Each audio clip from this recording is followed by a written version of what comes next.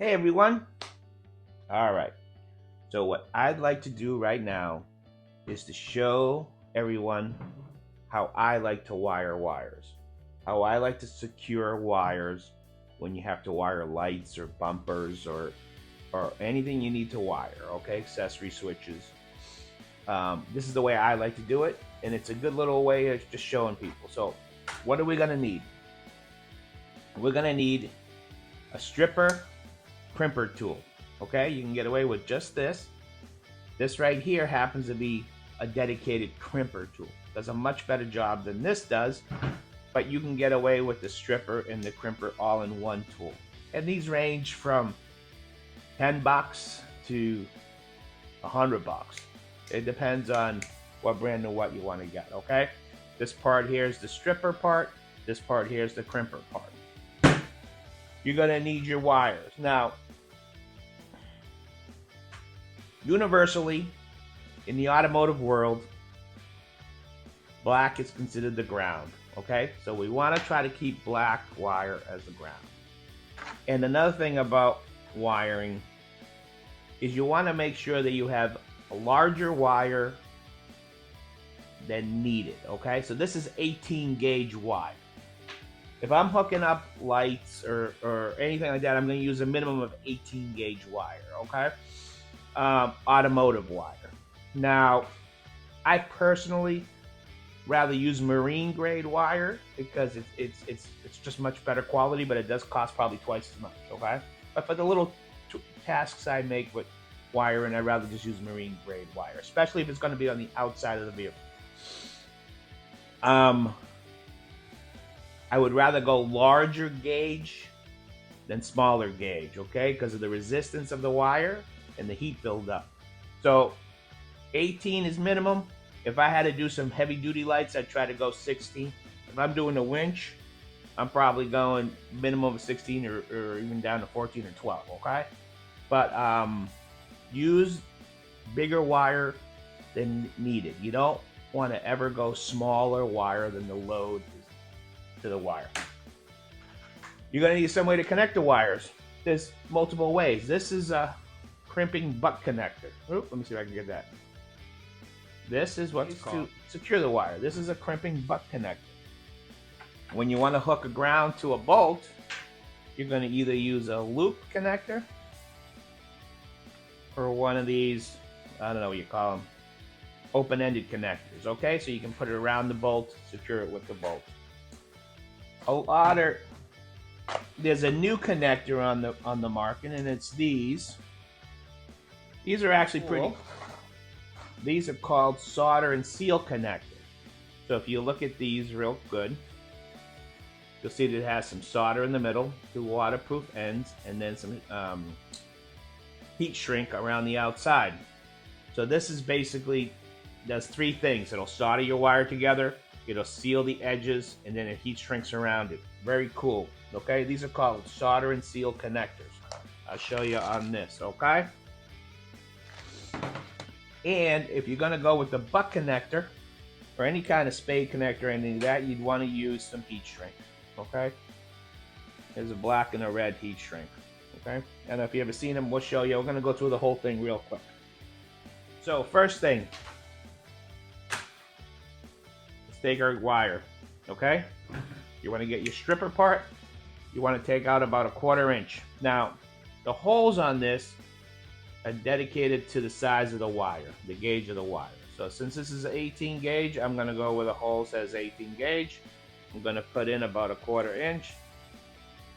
Do it. Pull it out. Now my insulation's off. Now if I'm going to use a butt connector, this is where the two of them change. Butt connector, I'm going to give this 3 or 4 twists, make it nice and tight. And then I'm going to get my other end. Okay, and I'm going to give it 3 or 4 twists. Now this video is dedicated because I'm adding a light, this bumper that has a light. On the back of this bumper, it has 2 LED lights. So this is displayed by this, 2 LED lights, 2 separate grounds. So what I'm going to do here is I'm going to take my 2 ends, I'm going to put them together, and then I'm going to twist them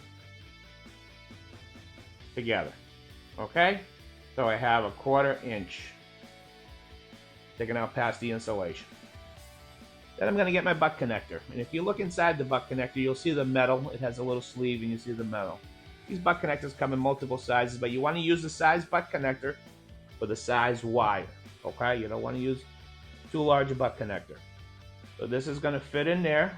You're going to twist it in there, and you're going to make sure that you get the insulation as far in as you can, and that the butt connector, the part of the wire you stripped, is inside the butt connector.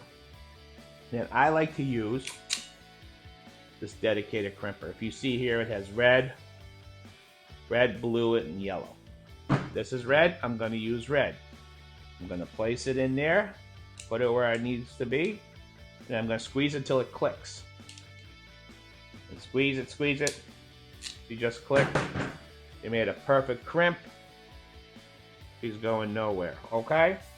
And then what I would do is get my ground that I'm going to ground to the frame, ground to another wire, ground to wherever I'm going to ground it to. And I'm going to twist the wire. And I'm going to place it in the butt connector. But what I'm going to do first is I'm going to feed in a piece of my heat shrink. So because it's the ground, I'm going to use black heat shrink. I'm going to feed that in first so it's in there when I need it. Okay? So now we're going to feed that in there, get the insulation to go inside. See, so we're going to want it like that. So the insulation is right there, so the wire is inside the cavity. Push it in. Okay? Get our crimper. Go on the end. See how I'm on the end here? I'm right over the copper wire, so I'm going to go over here over the copper wire. And I'm going to squeeze it till she clicks. Okay? Squeeze her till she clicks. And now I have a perfect crimp. Going nowhere, okay? But it's not watertight. Some of these butt connectors you can buy with heat shrink already built in, especially marine grade ones. But in my case, we fed the heat shrink in there before. So now what we're going to do is just bring the heat shrink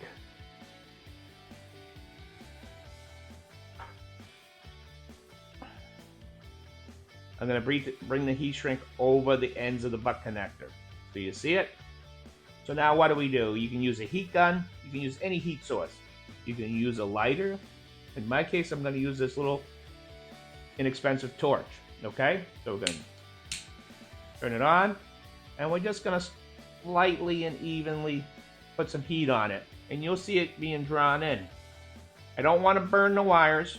I don't want to go too quick, too close. And I do not want to stop and hold it in one spot. I just want to heat them up, okay? Now, okay, so now it's all done. If you can see on the ends, it's shrunk itself around the wire, it's around the butt connector, and that's a solid, perfect connection, okay?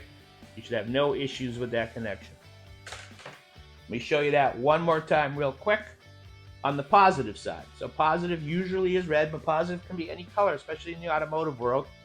It can be blue with a gray stripe, all that. You have to find out what wire you're looking at. So here's the positive, okay? We're going to twist it. Okay, we have a 1/4 inch stripped out. We're going to get the butt connector that fits that wire. We're going to push it in so they go in nice. And we're going to crimp it.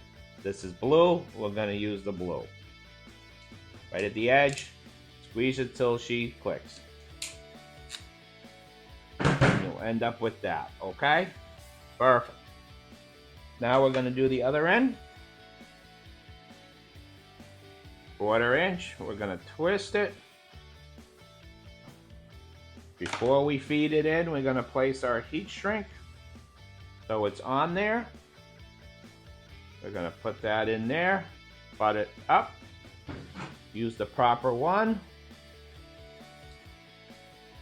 Get it right to the edge so you can see it. It's right to the edge. It's not over the insulation. It's right over the wire. And we're going to squeeze it. And now we have a nice solid connection, okay? We're gonna take our heat shrink, place it over it so it's over both ends. Get our heating source, and we're gonna heat it up. Moving it so it doesn't burn it, and see how she sucks herself up around the wires? And now you have a perfect connection. So when I connect any wire, I want it to be like this.